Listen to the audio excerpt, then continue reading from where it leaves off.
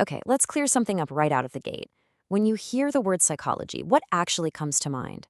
For a lot of folks, they instantly picture someone trying to read their thoughts, or maybe it's some sort of mystical fortune telling. Well, we're going to completely shatter that myth today. Welcome to This Explainer. I am so excited to guide you through this material because the truth is, psychology is absolutely not a parlor trick. It's a rigorous, deeply structured hard science, standing right on par with physics or chemistry. Today, we're drawing from foundational bedrock texts, scholars like Feldman, Weiten, and the classic Atkinson and Hilgard, to lay out exactly what this science is built upon. So let's dive right in. Like we just talked about, there's this persistent myth out there that psychology is just mind reading. But the reality? It is a hard science of behavior and mental processes. In today's explainer, I'm going to give you a complete map of the scientific territory. We aren't just going to look at what it is, we're going to break down how its definition shifted throughout history, uncover the 4 core goals that drive literally every single psychological study, and explore the real-world career fields where this science is put into practice every single day. So here's our roadmap for this session. First up, the evolving definitions of the field. Second, the DEPC goals. And third, pure versus applied fields. Let's get moving. Section 1. Evolving definitions. What exactly is psychology? To truly understand any science, you really have to know where it came from, right? We need to break down its very name and see how it grew up. So let's look at the basic etymology. Psychology is born from 2 Greek words, psyche, meaning the mind, and logos, meaning the science or study of. So fundamentally, it's the study of the mind. But what's absolutely fascinating is that if you trace the history, this definition wasn't static. It evolved dramatically over time, kind of like a living organism adapting to its environment. Let's see how this definition actually built up over the decades. I love looking at this timeline because it shows a massive scientific tug-of-war. We kick things off in 1879 with Wilhelm Wundt, who's widely considered the father of psychology. For Wundt, psychology was the science of conscious experience. He literally wanted to break the mind down into its structural parts.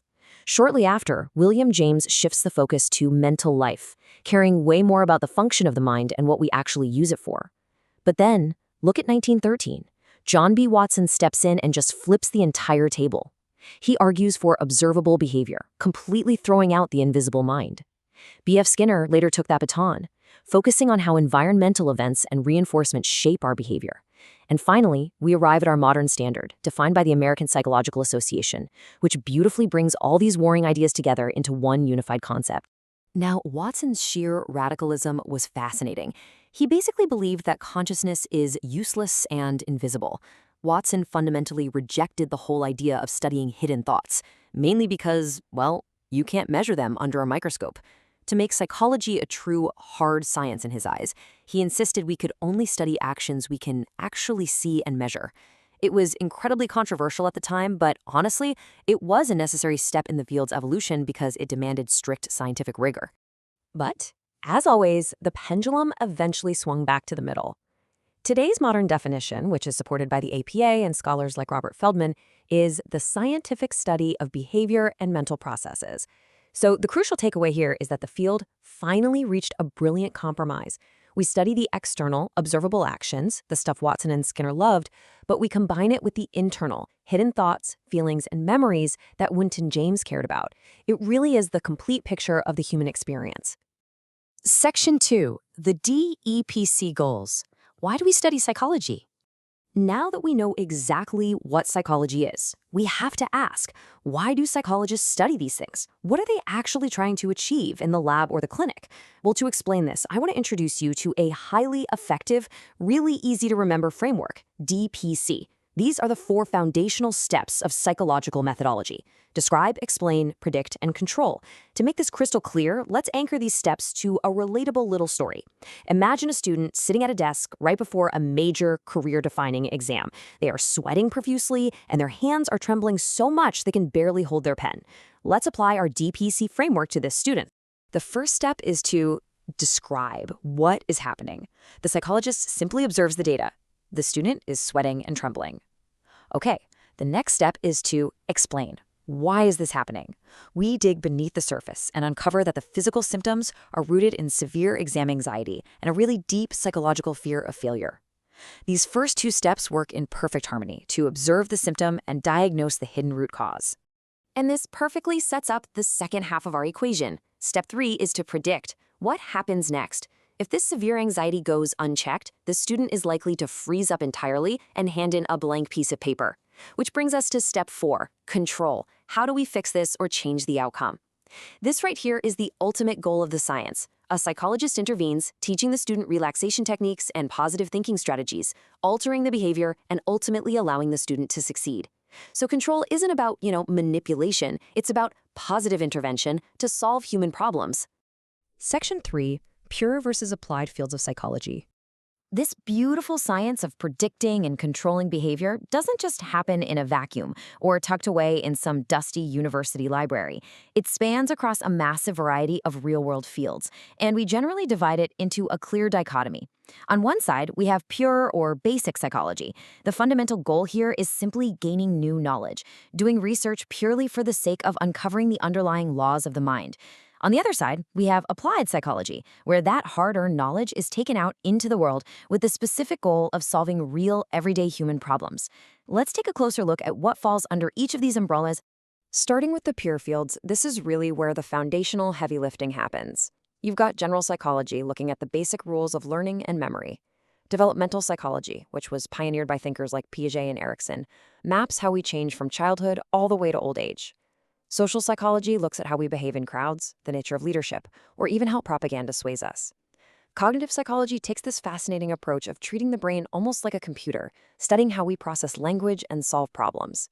And then, physiological psychology gets right down into the biology. We're talking the neurons, the hormones, and the physical lobes of the brain. Now let's jump over to the applied fields. This is where the rubber meets the road. Educational psychology applies these theories in schools to improve teaching and student engagement. Clinical and abnormal psychology focus on psychotherapy, treating debilitating conditions like depression or schizophrenia. Industrial and organizational psychology is used in corporate offices to streamline hiring and boost worker efficiency. Forensic psychology takes the science straight into the courtroom to understand the criminal mind. And sports psychology is used to build the unshakable mental resilience of elite athletes. Just think of the extreme mental toughness required by global sports icons like Virat Kohli. Psychology is literally everywhere. Section 4, the human factor, and why this matters. So after covering all of these definitions, goals, and fields, why does all of this matter to you? Let's bring all this academic theory directly home to your daily life. Psychology is not just an academic subject you memorize for a test. It is fundamentally an art of living. On a personal level, it helps you understand yourself, why you get angry, how you handle stress. On a family or educational level, it gives you the tools to guide the youth effectively. On a societal level, understanding human bias is literally the first step to ending social discrimination. And perhaps most practically, regardless of whether you're a lawyer, a doctor, an engineer, or a manager, every single profession requires you to master the human factor. If you understand people, you will excel in your field. We have covered a tremendous amount of ground today. We traced the 5 major evolutionary definitions, unlocked the 4 DEPC goals of description, explanation, prediction, and control, and toured 10 distinct fields across pure and applied science. Now, I want to hand it over to you. Looking at that massive landscape we just mapped out, which field of psychology interests you the most? Are you drawn to the clinical side of helping people heal, or perhaps the cognitive side of understanding the brain as a computer? Keep that specific interest in mind because this is just the foundation. In our next explainer, we're going to dive deep into the history and schools of thought that actually built this discipline.